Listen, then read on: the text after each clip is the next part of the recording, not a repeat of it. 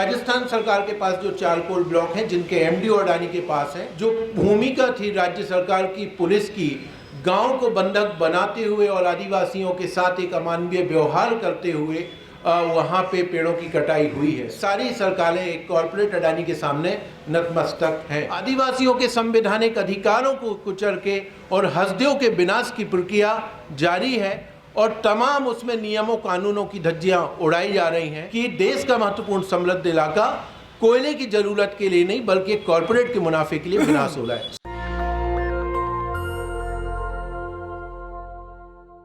शुक्रिया, संवाद का अवसर आप लोग ने दिया आज हम लोगों को। गीत भाई ने जिस तरीके से रखा है कि जो पूरे छत्तीसगढ़, उड़ीसा, झारखंड, पूरे देश में जिस तरीके से संसाधनों की कॉरपोरेट लूट है और संवैधानिक नियमों की जो धज्जियां उड़ाई जा रही हैं, उसी पर आज की ये बातचीत है। सभी साथी अपनी बात रखेंगे, मैं हसदेव पे बहुत संक्षिप्त में कुछ बातों को रख देता हूँ। आप सभी जानते हैं और लगभग बहुत सारे साथियों ने सुना ही होगा कि हसदेव सिर्फ छत्तीसगढ़ नहीं बल्कि मध्य भारत का बहुत ही समृद्ध प्राकृतिक सालबन इलाका है। लगभग 1876 वर्ग किलोमीटर का ये एरिया है। जिस जंगल से निकल के एक हसदेव नदी जाती है, उस पर बने मिनी माता बांगो बांध, जिससे वहाँ के 4 जिलों में लगभग 4 लाख हेक्टेयर जमीन सिंचित होती है। ये पूरा जो जंगल का इलाका है बहुत महत्वपूर्ण वन्य जीव जो हैं, हाथी और इनका रहवास और माइग्रेटरी कॉरिडोर का इलाका है। और सबसे महत्वपूर्ण कि आदिवासियों की उनकी आजीविका संस्कृति इस जंगल पर निर्भर है। पिछले 10 सालों से हसदेव के साथी उस जंगल को बचाने के लिए संघर्ष कर रहे हैं, प्रतिरोध कर रहे हैं, क्योंकि उस जंगल में उस जंगल के नीचे कोयला है और हम जानते हैं कि जहाँ खनिज है उसकी पूरी परिभाषा बदल जाती है। 22 कोल ब्लॉक उस इलाके में हैं और एक कुछ कॉरपोरेट के निजी मुनाफे के लिए उस पूरे इलाके को तबाह करने की कोशिश की जा रही है। इसके साथ महत्वपूर्ण है कि वो इलाका संविधान की 5वीं अनुसूची का इलाका है, जहाँ पे आदिवासी इलाकों में ग्राम सभाओं को विशेष अधिकार है कि ग्राम सभाओं की सहमति के बिना कोई भी परियोजना स्थापित नहीं हो सकती, चाहे वो भूमि अधिग्रहण की प्रक्रिया हो या वन भूमि के डायवर्जन की प्रक्रिया हो। दुखद रूप से कहना पड़ेगा कि हसदेव के अंदर जो कोल ब्लॉक्स हैं, 2014 में हम सब जानते हैं कि जब कोलगेट हुआ था और साले 204 कोल ब्लॉक देश के निरस्त हुए थे, तो हसदेव के भी कोल ब्लॉक निरस्त हुए।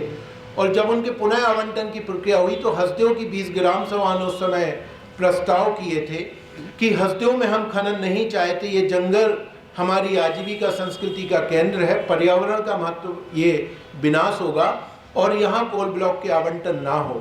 लेकिन ग्राम सभाओं के विरोध के बावजूद वहाँ पे 7 कोल ब्लॉकों के आवंटन किए गए और आवंटन करने के बाद जो कोल ब्लॉक है वो राज्य की इस कंपनियों को आवंटित हुए और राज्य सरकारों ने एमडीओ बना के अडानी समूह के साथ एक तरीके से पिछले दरवाजे से उसको मालिक बना दिया।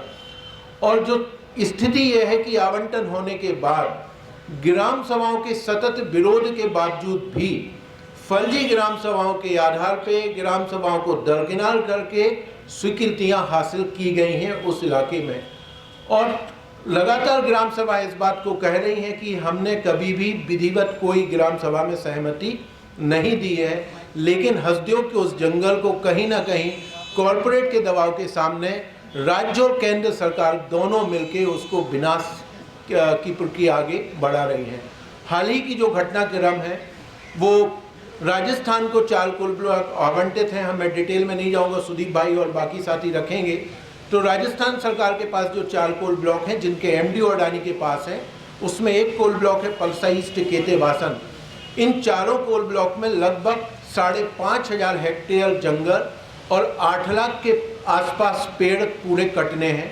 अभी उसमें से एक कोल ब्लॉक चालू है पलसा ईस्ट केतेवासन, जिसका सेकेंड फेज अभी आगे बढ़ा और 21, 22, 23 दिसंबर को लगभग 91 हेक्टेयर के 15,000 ऑफिसरी है, नंबर उससे ज़्यादा है, लगभग 30,000 पेड़ को काटा गया। और जिस तरीके से उस प्रक्रिया में वहाँ पे जो भूमिका थी राज्य सरकार की पुलिस की गांव को बंधक बनाते हुए और आदिवासियों के साथ एक अमानवीय व्यवहार करते हुए वहां पे पेड़ों की कटाई हुई है। उसके बगल में नया कोल ब्लॉक है, पलसा कोल ब्लॉक। पहले भी मैं आया हूं और शायद मीडिया के कुछ साथियों को याद होगा, हमने प्रेस वार्ता की थी, आपके साथ चर्चा की थी कि 2021 में हसदेव के लोग 300 किलोमीटर पैदल चल के रायपुर आए थे और ये कहा था कि जो हमारी ग्राम सभाओं की सहमति नहीं हुई है और फर्जी आधार पे जो प्रक्रियाएं चल रही हैं उनको निरस्त किया जाए। छत्तीसगढ़ के गवर्नर ने भी उस संबंध में पत्र लिखा और कहा कि हाँ, ये गलत हुआ है, इसकी जांच की जाए। और उन्होंने ये भी कहा कि परसा कोल ब्लॉक में कोई भी कार्रवाई आगे नहीं होनी चाहिए। लेकिन उस सारी प्रक्रियाओं को दरकिनार करके डिफॉरेस्टेशन की प्रक्रिया पिछले दिनों भी हुई है और आने वाले दिनों में पुनः होने वाली है। क्यों? क्योंकि सारी सरकारें एक कॉर्पोरेट अडानी के सामने नतमस्तक हैं। दो मुद्दे जो महत्वपूर्ण हैं जिसको मैं आपके सामने बस रख के अपनी बात खत्म करता हूं कि हसदेव में जब पिछली सरकार थी तो पूरे संघर्ष के दरमियान हसदेव के एक बड़े इलाके को लेमलुहाटी रिजर्व बनाया गया 2000 वर्ग किलोमीटर, और वो इलाका कहीं ना कहीं एक पिछले सरकार के समय सुरक्षित हुआ है, लेकिन वर्तमान समय में वो भी छोड़ेंगे कि नहीं, ये संकट है। लेकिन उसके जो बाहर के 4 कोल ब्लॉक हैं जिसकी ये अभी प्रक्रिया चल रही है, 2 बड़े सरकार के निर्णय थे वहाँ पे। एक निर्णय ये था कि छत्तीसगढ़ की विधानसभा ने सर्वसम्मति से 26 जुलाई 2022 को एक प्रस्ताव किया था कि हसदेव महत्वपूर्ण पर्यावरणीय संवेदनशील इलाका है, यहाँ कोई खनन नहीं होना चाहिए और सारे कोल ब्लॉक निरस्त किए जाएं। और उसी के आधार पे सुप्रीम कोर्ट में ये एफिडेविट भी गया था कि हसदेव में खनन जो है वो राज्य के हित में नहीं है। और अंतिम में एक उस पर डिटेल सुदीप भाई बात करेंगे। भारतीय वन्यजीव संस्थान जो कि केंद्र का ही एक संस्थान है, उसने पूरे हसदेव का अध्ययन किया और उन्होंने अपनी रिपोर्ट में कहा है कि हसदेव में खनन नहीं होना चाहिए। यदि खनन होगा तो हसदेव नदी खत्म हो जाए और मानव हाथी संघर्ष इतना व्यापक हो जाएगा कि इस राज्य सरकार कभी इसको संभाल नहीं पाएगी। दुखद रूप से कहना पड़ेगा कि भारतीय वन्यजीव संस्थान की रिपोर्ट को दरकिनार करके पर्यावरणीय चिंताओं से परे जाके आदिवासियों के संवैधानिक अधिकारों को कुचल के और हसदेव के विनाश की प्रक्रिया जारी है और तमाम उसमें नियमों कानूनों की धज्जियां उड़ाई जा रही हैं। ये दुखद है। ये सारे मुद्दों को इसीलिए हम आपके सामने आए हैं मीडिया के माध्यम से पूरे देश के बीच में ले जाने के लिए कि देश का महत्वपूर्ण समृद्ध इलाका कोयले की जरूरत के लिए नहीं बल्कि कॉर्पोरेट के मुनाफे के लिए विनाश हो रहा है। नेशनल दस्तक की आपसे गुजारिश है कि अगर इसको बचाना चाहते हैं तो नेशनल दस्तक को सब्सक्राइब करने के लिए रेड कलर के सब्सक्राइब बटन को दबाएं, फिर बेल आइकन की घंटी दबाएं। नेशनल दस्तक को बचाने के लिए बहुत जरूरी है कि हर खबर को शेयर करें, लाइक करें, कमेंट जरूर करें।